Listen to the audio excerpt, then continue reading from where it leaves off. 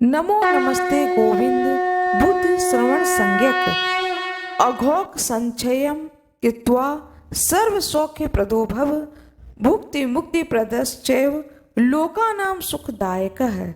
हे भगवान विष्णु, मेरे सारे पाप राशि का आप नाश कर दें। मेरा नमस्कार है आपको, नमस्कार है, नमस्कार है।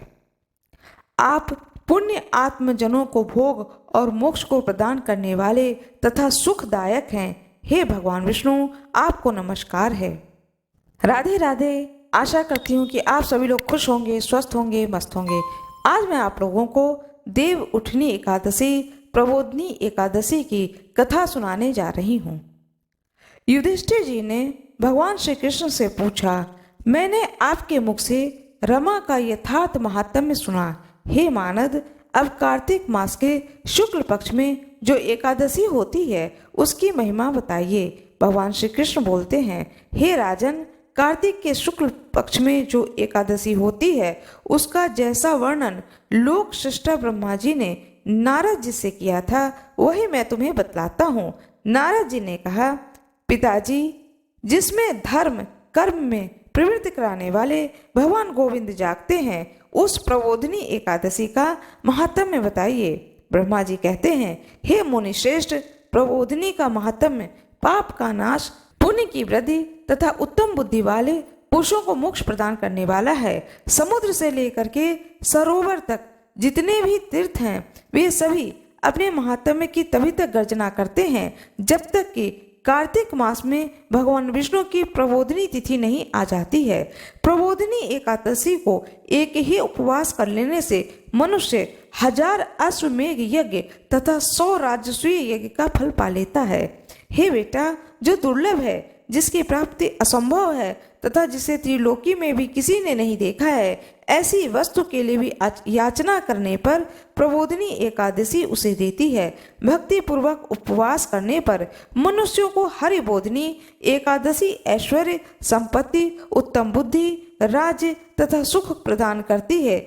मेरु पर्वत के समान जो बड़े बड़े पाप हैं उन सबको यह पाप नाशनी प्रबोधनी एक ही उपवास से भस्म कर देती है। पहले के हजारों जन्मों में जो पाप किए गए हैं उसे प्रबोधनी एकादशी की रात्रि का जागरण रुई की ढेरी के समान भस्म कर डालता है। जो लोग प्रबोधनी एकादशी का मन से ध्यान करते हैं तथा जो इसके व्रत का अनुष्ठान करते हैं उनके पितर नरक के दुखों से छुटकारा पाकर भगवान शिव के परम धाम को चले जाते हैं। हे ब्राह्मण, अश्वमेघ आदि यज्ञों से भी जिस फल की प्राप्ति कठिन है वह प्रबोधनी एकादशी का जागरण करने से अनायास ही मिल जाता है। संपूर्ण तीर्थों में नहा करके सुवर्ण और पृथ्वी दान करने से जो फल मिलता है वह श्रीहरि के निमित्त जागरण करने मात्र से मनुष्य को प्राप्त कर लेता है। जैसे मनुष्यों के लिए मृत्यु अनिवार्य है उसी प्रकार धन संपत्ति मात्र भी क्षणभंगुर है। ऐसा समझ करके एकादशी का व्रत करना चाहिए। तीनों लोकों में जो कोई भी तीर्थ संभव है तब वे सब प्रबोधनी एकादशी का व्रत करने वाले मनुष्यों के घर में मौजूद रहते हैं। कार्तिक की हरिबोधनी एकादशी पुत्र तथा पौत्र प्रदान करने वाली है। जो प्रबोधनी एकादशी की उपासना करता है वही ज्ञानी है, वही योगी है, वही तपस्वी है तथा वही जितेंद्रिय है तथा उसी को भोग और मोक्ष की प्राप्ति होती है। हे नारद, प्रबोधनी एकादशी को भगवान विष्णु के उद्देश्य से मानव जो स्नान, दान, जप और होम करता है वह सब अक्षय हो जाता है। जो मनुष्य उस तिथि को उपवास करके भगवान माधव की भक्ति पूर्वक पूजा करते हैं वह 100 जन्मों के पापों से छुटकारा पा जाते हैं। इस व्रत के द्वारा देवेश्वर जनार्दन को संतुष्ट करके मनुष्य संपूर्ण दिशाओं को अपने तेज से प्रकाशित करता हुआ श्री हरि के वैकुंठ धाम को जाता है। प्रबोधनी को पूजित होने पर भगवान गोविंद मनुष्यों के बचपन, जवानी और बुढ़ापे में किए हुए 100 जन्मों के पापों को चाहे वे अधिक हो या कम हो धो डालते हैं। अतः सर्वथा प्रयत्न करके संपूर्ण मनोवांछित फल को देने वाली देवाधिदेव जनार्दन की उपासना करनी चाहिए। हे नारद, जो भगवान विष्णु के भजन में तत्पर होकर कार्तिक में पराये अन्न का त्याग करता है वह चंद्रायन व्रत का पालन करता है। जो प्रतिदिन शास्त्रीय चर्चा से मनोरंजन करते हुए कार्तिक मास को व्यतीत करता है वह अपने संपूर्ण पापों को जला डालता है, 10,000 यज्ञों का फल प्राप्त करता है। कार्तिक मास में शास्त्रीय कथा के कहने सुनने से भगवान मधुसूदन को जैसा संतोष होता है वैसे उन्हें यज्ञ, दान अथवा जप आदि से भी नहीं होता है। जो शुभ कर्म परायण पुरुष कार्तिक मास में एक या आधा श्लोक भी भगवान विष्णु की कथा बाँचते हैं उन्हें 100 गौदान का फल मिलता है। हे महामुने, कार्तिक मास में भगवान केशव के सामने शास्त्र का स्वाध्याय तथा श्रवण करना चाहिए। हे मुनिश्रेष्ठ, जो कार्तिक मास में कल्याण प्राप्ति के लोभ से श्री हरि की कथा का प्रबंध करता है वह अपनी 100 पीढ़ियों को तार देता है। जो मनुष्य सदा नियम पूर्वक कार्तिक मास में भगवान विष्णु की कथा को सुनता है उसे सहस्त्र गोदान का फल मिलता है। जो प्रबोधिनी एकादशी के दिन श्री विष्णु की कथा का श्रवण करता है उसे 7 द्वीपों से युक्त पृथ्वी दान करने का फल प्राप्त होता है। हे मुनिश्रेष्ठ, जो भगवान विष्णु की कथा को सुन करके अपनी शक्ति के अनुसार कथावाचक की पूजा करते हैं उन्हें अक्षय लोक की प्राप्ति होती है। हे नारद, जो मनुष्य कार्तिक मास में भगवत संबंधी गीत और शास्त्र विनोद के द्वारा समय बिताता है उनकी पुनरावृत्ति मैंने नहीं देखी है। हे मुने, जो पुण्य आत्मा पुरुष भगवान के समक्ष गान, नृत्य, वाद्य और श्री विष्णु की कथा को करता है वह तीनों लोकों के ऊपर विराजमान होता है। हे मुनिश्रेष्ठ, कार्तिक मास की प्रबोधिनी एकादशी के दिन बहुत से फल, फूल, कपूर, अर्गजा, कुमकुम के द्वारा श्री हरि की पूजा करनी चाहिए। एकादशी आने पर धन की कंजूसी नहीं करनी चाहिए क्योंकि उस दिन दान आदि करने से असंख्य पुण्य की प्राप्ति होती है। प्रबोधिनी को जागरण के समय शंख में जल लेकर फल तथा नाना प्रकार के द्रव्यों के साथ श्री जनार्दन को अर्घ्य देना चाहिए। संपूर्ण तीर्थों में स्नान करने और सब प्रकार के दान देने से जो फल मिलता है वही प्रबोधिनी एकादशी को अर्घ्य देने से करोड़ गुना होकर प्राप्त होता है। हे देवर्षि, अर्घ्य के पश्चात भोजन, आच्छादन और दक्षिणा आदि के द्वारा भगवान विष्णु की प्रसन्नता के लिए गुरु की पूजा करनी चाहिए। जो मनुष्य उस दिन श्रीमद् भागवत कथा को सुनता है अथवा पुराण का पाठ करता है उसे एक एक अक्षर पर कपिला गाय की दान का फल मिलता है। हे मुनिश्रेष्ठ, जो कार्तिक मास में जो मनुष्य अपनी शक्ति के अनुसार शास्त्रोक्त रीति से वैष्णव व्रत एकादशी का पालन करता है उसकी मुक्ति अविचल है। केतकी के एक पत्ते से पूजित होने पर भगवान गरुड़ ध्वज 1000 वर्ष तक अत्यंत तृप्त रहते हैं। हे देवऋषि, जो अगस्त के फूल से भगवान जनार्दन की पूजा करता है उसके दर्शन मात्र से नरक की आग बुझ जाती है। हे वत्स, जो कार्तिक मास में भगवान जनार्दन को तुलसी के पत्र और पुष्प अर्पण करता है उसका जन्म भर का किया हुआ सारा पाप भस्म हो जाता है। हे मुने, जो प्रतिदिन दर्शन, स्पर्श, ध्यान, नाम कीर्तन, स्तवन, अर्पण, सेचन, नित्य पूजन तथा नमस्कार के द्वारा तुलसी में 9 प्रकार की भक्ति करता है वे कोटि सहस्त्र युगों तक पुण्य का विस्तार करते हैं। हे नारद, सब प्रकार के फूलों और पत्तों को चढ़ाने से जो फल मिलता है वह कार्तिक मास में तुलसी के एक पत्ते से मिलता है। कार्तिक आयादिक प्रतिदिन नियम पूर्वक तुलसी जी के कोमल पत्तों से महाविष्णु श्री जनार्दन का पूजन करना चाहिए। जो 100 यज्ञों द्वारा देवताओं का यजन करने और अनेक प्रकार के दान देने से जो पुण्य प्राप्त होता है वह कार्तिक मास में तुलसी दल मात्र से केशव की पूजा करने पर प्राप्त होता है। तुलसी दल पुष्पाणि ये यच्छन्ति जनार्दने कार्तिके सकलम वत्स पापम जन्मार्जिते दहेत दृष्ट्वा स्पष्टा वाध्याता कीर्तिता नामतः स्तुता रोपिता सेचिता नित्यं पूजिता तुलसी नता नवधा तुलसी भक्तिम ये कुर्वन्ति दिने दिने युग कोटि सहस्त्राणि त्वन्ति सुकृतम मुने। यह कथा मैंने आप लोगों को एकादशी व्रत की महान पुण्य फलदायिनी एकादशी व्रत कथा को आप लोगों को सुनाया है। यह कथा आप लोगों को अच्छी लगी हो तो कृपया वीडियो को जरूर लाइक करिएगा। कमेंट बॉक्स में भगवान विष्णु की जय हो, तुलसी माता की जय हो अवश्य ही लिखिएगा। आज मैं आप लोगों को बताने जा रही हूँ कार्तिक मास शुक्ल पक्ष की जो एकादशी आने वाली है। यह एकादशी अत्यंत महत्वपूर्ण एकादशी मानी गई है क्योंकि यह एकादशी देव उठनी एकादशी, देव प्रबोधिनी एकादशी, देवोत्थान एकादशी के नाम से जाना जाता है। यह एकादशी का व्रत अत्यंत शुभ फलदायक है। जो कोई भी इस एकादशी के व्रत को धारण करता है उसकी सारी मनोकामनाओं की पूर्ति होती है, ऐसा कहा जाता है।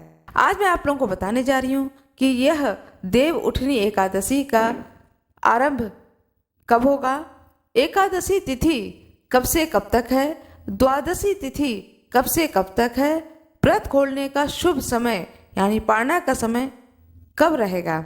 यह संपूर्ण जानकारी अपने वीडियो के द्वारा आप लोगों को देने जा रही हूँ। कृपया मेरे वीडियो में अंत तक बने रहें।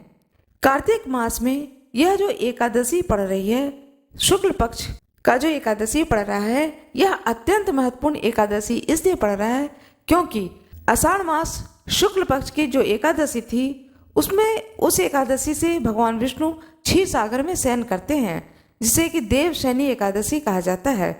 और कार्तिक मास की शुक्ल पक्ष की एकादशी पर भगवान विष्णु जागते हैं, इसलिए देव उठनी एकादशी कहा जाता है। यह 4 महीने का चतुर्मास कहलाता है। इस चतुर्मास में कोई भी शुभ कार्य नहीं किया जाता है। इस देव उठनी एकादशी से सारे शुभ कार्य आरंभ हो जाएंगे। शादी विवाह, मुंडन, गृह प्रवेश, इस तरह के जितने भी शुभ कार्य हैं, यह सारे शुभ कार्यों का आरंभ हो जाता है। इसलिए भी यह एकादशी अत्यंत महत्वपूर्ण माना गया है। एकादशी तिथि का आरंभ होगा 22 नवंबर दिन बुधवार को रात्रि 11:06 से आरंभ हो जाएगा। 23 नवंबर दिन गुरुवार को पूरे दिन का यह एकादशी व्रत रहेगा, यानी एकादशी का व्रत को धारण किया जाएगा 23 नवंबर दिन गुरुवार 2023। यह एकादशी का व्रत इस दिन धारण किया जाएगा। अब मैं आप लोगों को बताने जा रही हूँ कि भगवान विष्णु को जगाया कैसे जाएगा। जिन लोगों ने अपने घरों में देवशयनी एकादशी के दिन रात्रि में एक छोटे से पलंग पर भगवान विष्णु की प्रतिमा या फोटो को शयन कराया है, और जो कि पूरे 4 महीने के लिए शयन कराया है, वह उठाएंगे देव उठनी के दिन भगवान विष्णु को। जो चादर ओढ़ाई जाती थी डेली रात में सोते समय, जो चादर डेली ओढ़ाई गई है, उस चादर को हटाया जाएगा, ताली बजाया जाएगा। ताली बजाने के बाद में जो प्रतिमा है उसे खड़ा करके रखना है। जो भी प्रतिमा है उसे भी लेटे हुए अवस्था में तो उन्हें खड़ा करना है।